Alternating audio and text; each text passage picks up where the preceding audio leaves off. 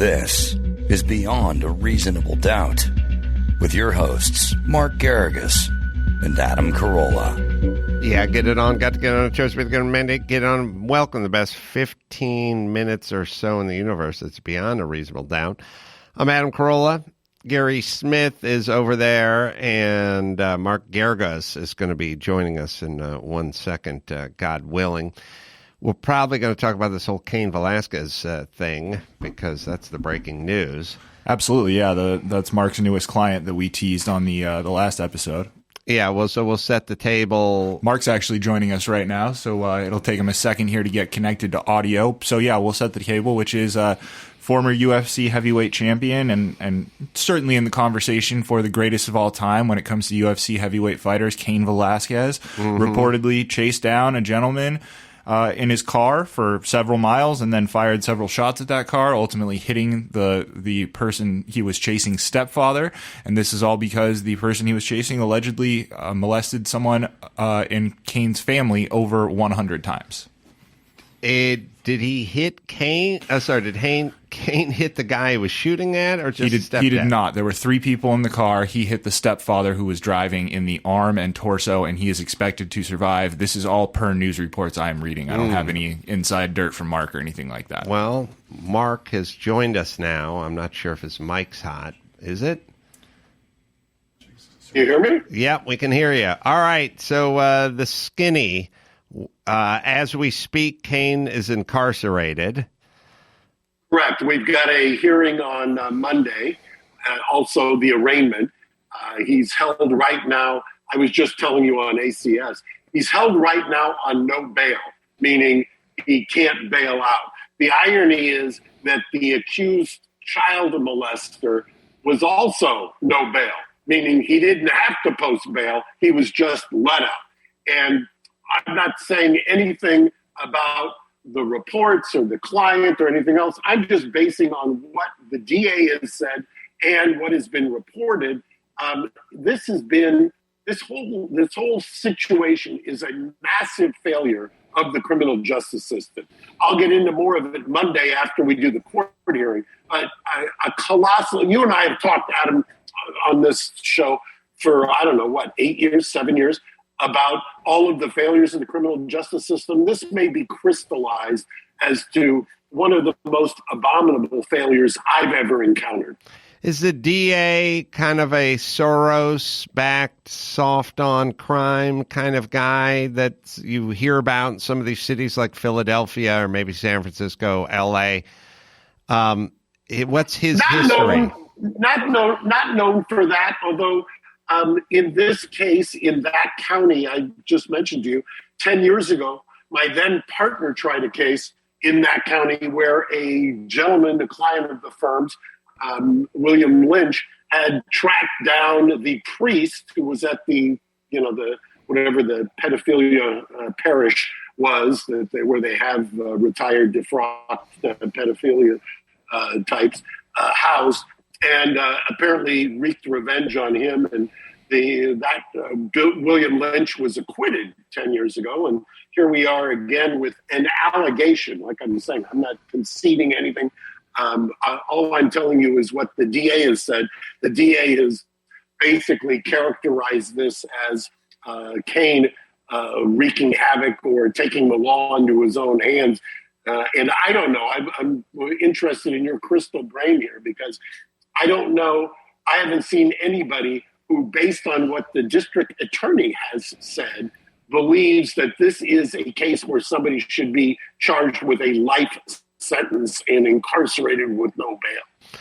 Well, based on what they're saying. Right.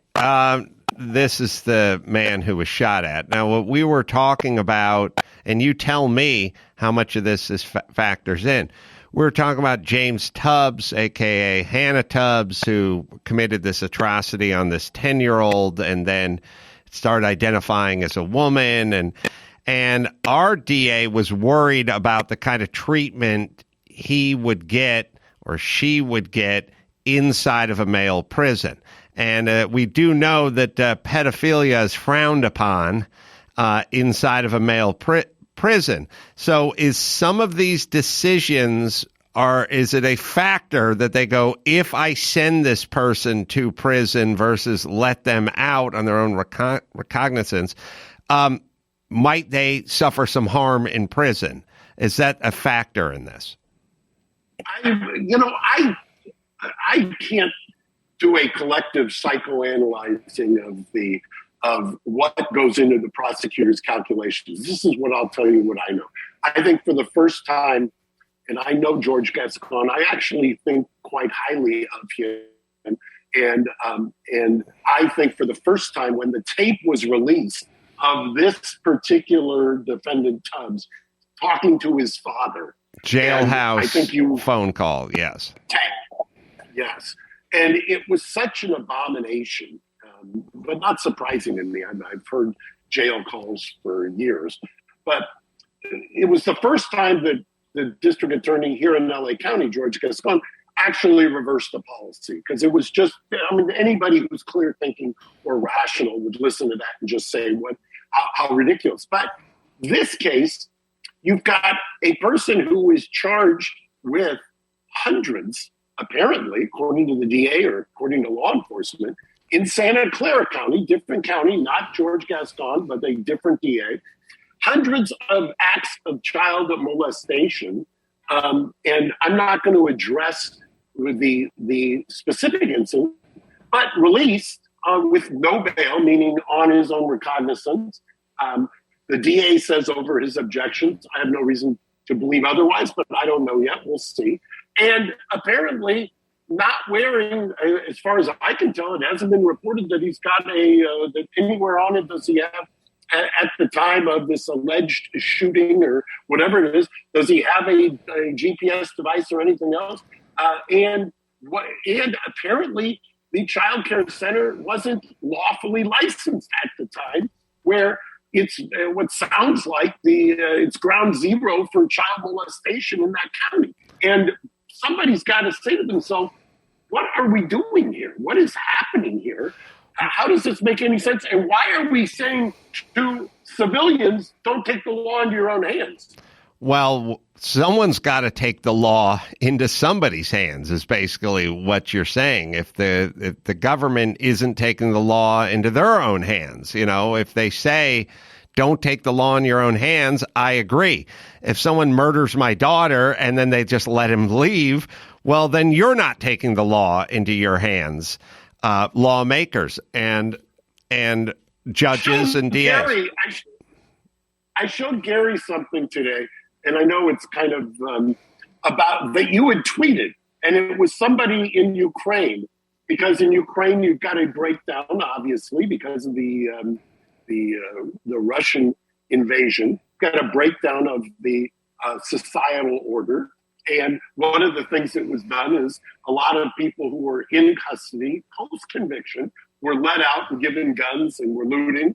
And you posted this, Adam. Can you describe what that is? It's they would basically saran wrap or wrap the guys to a light post, sort of like if they were hazing a rookie in the NFL and they put him up against the goalpost and taped him up, and in this case pulled his pants down. But I think that's what happens in the Ukraine to looters. In San Francisco, they'll throw you a parade.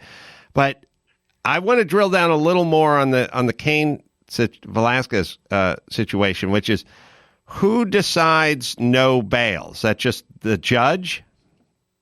Yes, and I'll address the judge on Monday in Santa Clara on the no bail hold on Cain, but the no bail for the serial alleged child molester was also decided by a judge after a hearing, and according to the DA, at least, over their objection. What could be the possible motivation for a judge to do that? And is it a different judge who you'll see? I don't know. We'll find out on Monday and drill down on that. I don't know what the motivation is, although I believe that there were emergency bail schedules that were in play. Part of the, you and I have talked on this show about the COVID Constitution. Part of the problem with the COVID Constitution is that the writ of habeas corpus, which is never been suspended, I don't believe, since the Civil War, was suspended during COVID in California. And one of the ways, the remedies for that was, okay, if we're going to hold somebody in custody ad infinitum without any speedy trial rights, then we'll deal with the bail situation by letting people out so that we don't keep them in custody, which I understand. But you and I have also talked about there shouldn't be in the criminal justice system a one-size-fits-all solution. That makes no sense. You can't go through life with a one-size-fits-all. Why it's imported in the criminal justice system is beyond me. Gary had something he wanted to add. Mark actually covered it for me. I wanted to point out that the DA, you asked about them being a Soros-backed. The DA actually objected to this guy getting a no bail, so I thought that was interesting. Right, so he's not that. Right, and by the way, the DA has now filed paperwork. I'm just talking about public filings where they said that Kane is not entitled to the presumption of innocence. I'll send it to Gary and he can show it. They're actually making the argument that for purposes of bail, Kane is not entitled to the presumption of innocence. I mean, the whole thing is so stunning to me. It's such a breakdown in the system that you just wonder how. You and I talked about this last week too, Adam. This pendulum swing that is going on, and the whiplash that you and I have from you talk about, you can't put your finger in the wind. You can't even. The wind is blowing so fast each way. It's hard to know which way is going. Well, have you ever experienced a presumption of innocence thing from the DA? Yes, I have, and I successfully argued you don't get to reverse the presumption of innocence for purposes of bail. I thought that was a fight that we put to rest years ago, so I was rather taken aback by, in this case, the district attorney of Santa Clara is actually arguing there's no presumption of innocence. I don't even understand what they're talking about. There's an evidence code section that they're basing it on. The evidence code doesn't trump the Constitution, so I don't even know what they're talking about. Is it because it's high profile? And because it's high profile, and we've got a guy who's, I jokingly told you, I had Gary give me the background. I mean, Kane is variously described as maybe the GOAT of all time in the UFC as a heavyweight fighting champion. Yeah, he's definitely, as Gary said, in that conversation with only maybe two, maybe three other gentlemen. So now, and you've told me in the past, it's harder to win a case when your client is incarcerated versus free. And it's hard to ascribe a percentage point to it, but it might have two digits. I don't know. So what is your prediction? Can you prognosticate? I'll just tell you that based on the case that we had 10 years ago that I described to you, my prediction is that no right-thinking person, based on what the DA is saying, I'm not saying anything other than taking what the DA is out there saying. It's an abomination, and it's a complete breakdown of the criminal justice system, and I hope to remedy that. All right. Well, you can hear more about this if you listen to the Adam Carolla show, which will be on up tomorrow. Mark was generous enough with his time to chime in to that one as well. I, for a change, have a hard out, so I think in lieu of introducing another subject, we'll cap it at Vasquez. Godspeed, Mark. And Kane's a lucky guy to have you in his corner. And in this particular case, it actually applies. So, until next time, it's Adam Carolla for Mark Garrigus and Gary Smith saying mahalo.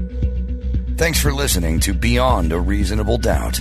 Stay tuned for more bonus episodes coming soon.